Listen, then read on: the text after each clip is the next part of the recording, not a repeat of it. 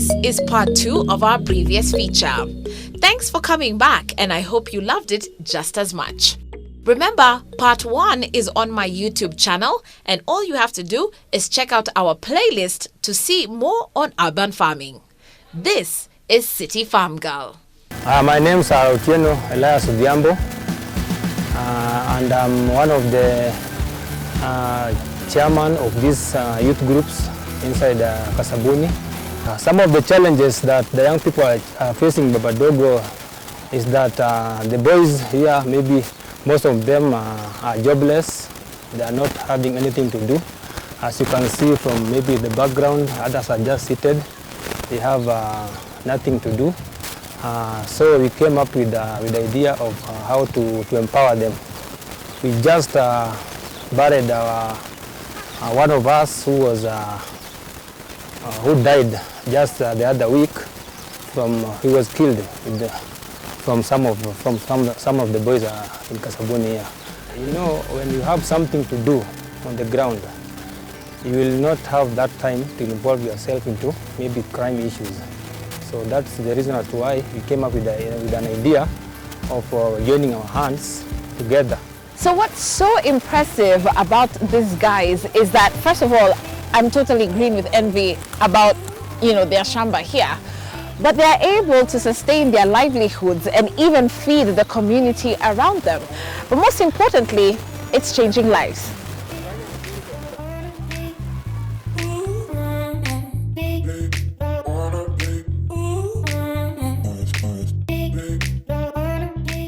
Because of the scarcity of the land in some places, right? We are also thinking of using empty spaces as possible. Right. So we are thinking of using house roof, top roof, wow, like this one.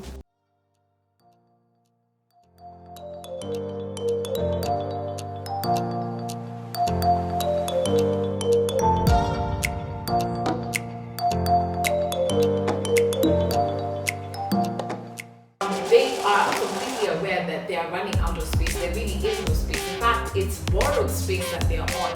Each person kind of just takes a hold of a section and grows what they think will work for them and then be able to sell. But if you can't go, downwards or horizontal, well, they're going to work upwards. And so what they're planning to do is, with all the unfinished buildings that you tend to see around informal settlements, they are going to use that space to start growing more produce.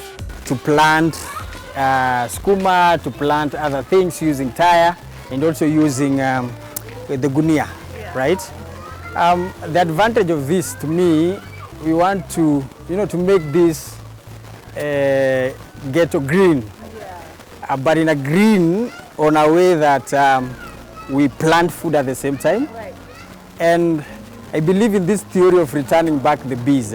We used to have a lot of bees here. Oh, really? But now, because we don't have flowers, we don't have other things, so I think the bees just decide to disappear because of this kind of a thing. Yeah. But I think it will be a cool idea doing farm in a different style, using rooftops to plant food.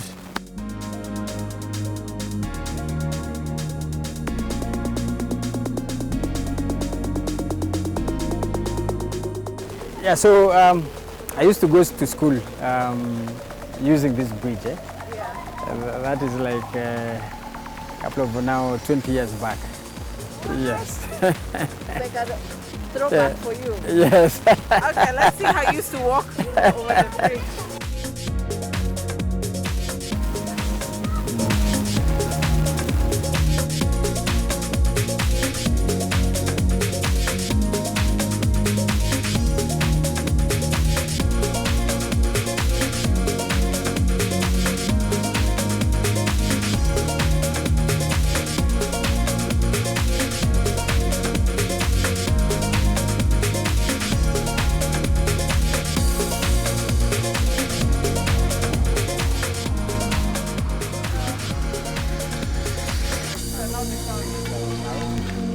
One of the reasons why young people or people in general actually stay away from farming is because it's hard work, okay? And I mean hard work, literally hard work.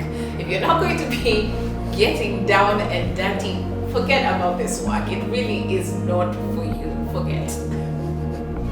Ask you guys. Ashika. And then I climb. No. One leg first.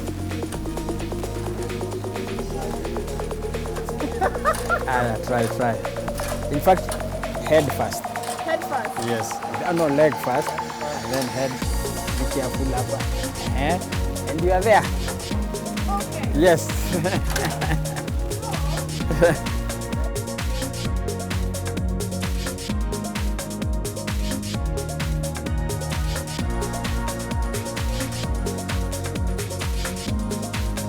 They're using what they have to make it work for them. Makes us ask the question, what excuse do we have? If you really want to get into farming, you can always start small. Don't wait for acres and hectares of land to get started. All you just have to do is just sprinkle some TLC on your shamba and actually watch your farm and of course your earnings grow literally. So by finishing, I decided to involve myself in this project because of the passion I saw in these young people using their energy in a different way. Because you can decide to use your energy doing good things, or you can decide to use your energy doing bad things, right? But these young people here have proven to be the change of other young people who think that there's nothing to be done. Indeed, there's a lot to be done. And I'll repeat this, farming is one of the sectors that have been left with young people.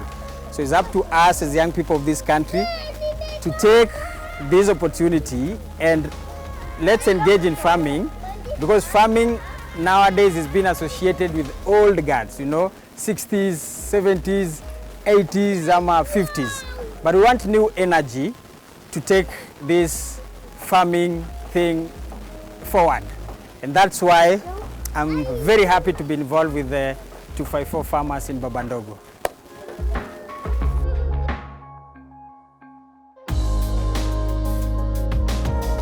We have Eli. Eli is the founder and is the leader of this group. So Jamal is the member. He's a member of the 254 farmers, and is one of our social media guy. He's good in social media. So we have our treasurer here. She's the one who knows how much is in the pocket, and we have secretary, another member here. So this guy is a fundi also, So he's the one who will be constructing our poultry houses. So we have the chairman of the group here.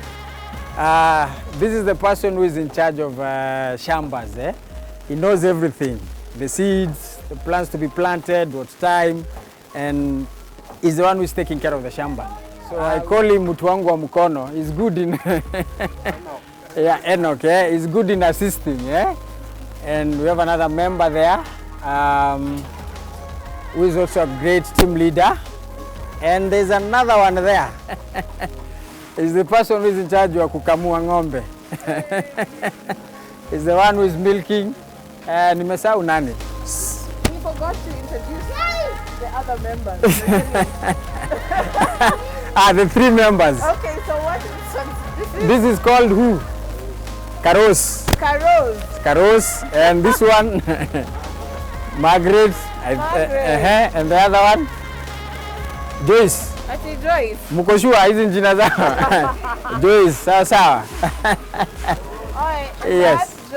Joyce. To Ramadan and the entire group that are actually farming at Baba Dogo, you guys are doing amazing stuff. So, wase? Tumemaliza hii story. Demo tumeamua juu Shiko hataki kukamua. Acha tukamue next time.